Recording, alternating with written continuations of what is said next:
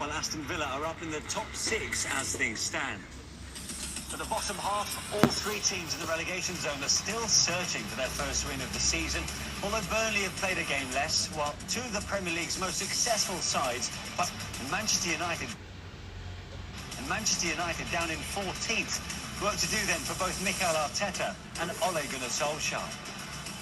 And the work today will be done by our panel of journalists here to analyse a fascinating first few months of the season. Sam Lee, the Athletics Manchester City correspondent, and Natalie Jedra from ESPN Brazil, and German football expert Raphael Honigstein. Here's what's coming up then on the programme in a packed 90 minutes. A few weeks of the new season without 13 different players, be it through COVID or injuries. Despite all that, how has Jurgen Klopp done for you, Rafa? Again, a strictly neutral here, Mr. President. I think he's done pretty well.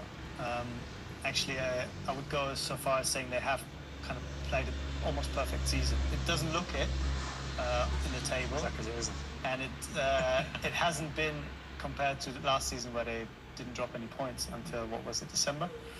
But I think looking at the performances, yes, Villa was a disaster, was an aberration. I give you that. But the other 7 games, I think they played well enough to win all of them against some pretty decent opposition. I think against Everton, they got very unlucky. Against City, okay, I think 1-1 was a good result, but they also were on top. And if they just played one or two counter-attacks better, I think City could have been beaten. So if you put it into context of their problems, I think there's not a lot more they could have done. That's what I mean when I say perfect season. Not in an absolute sense, but in a relative sense to what they can realistically do. So I think Klopp, if you've seen Klopp in the last few weeks, he was remarkably happy. And I think that is always for him a sign that he feels confident that what he has is good enough to win all those games. And I think that shows you where Liverpool are at the moment. They feel, yes, we have a lot of problems, but we can handle it. We can deal with them. And I think that, for me, has been pretty impressive, because I think it would have been quite easy for the team, maybe a little bit like City maybe have done, to just go a little bit on a down and say, oh, everything's against us, things are not working for us, this is all very difficult. But they don't seem to have that, and I think they can be pretty pleased with how things have gone so far. The latest injury, Joe Gomez, we don't know how long he's going to be out now for this campaign. They're talking months. The thing is, it could be season-ending. That's to add to those injuries that we can see already there that Jurgen Klopp's had to contend with. But Joe Gomez is another centre-half he could sorely do with right now, Natalie.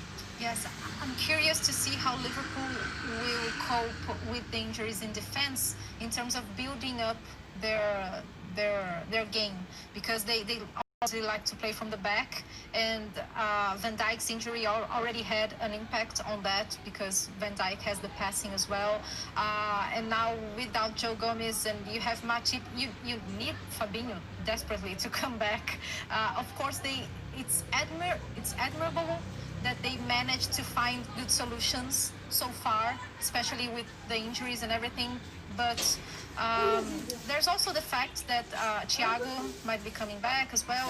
Then if you have Thiago back and Fabinho back, you have Jota, who's doing so well. So factors that can switch a game or that can be decisive, either if it's up front or in the back. So I'm curious to see how they will build their solutions from that on. I think they will also go and buy somebody in January. You do, yeah. Because Gomez and Van Dijk, that is one too many, especially if you know that Matip has been injury prone.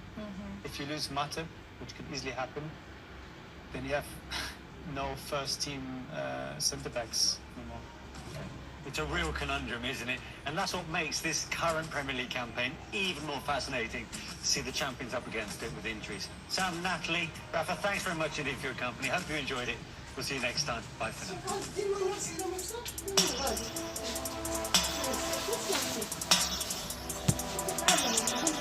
now.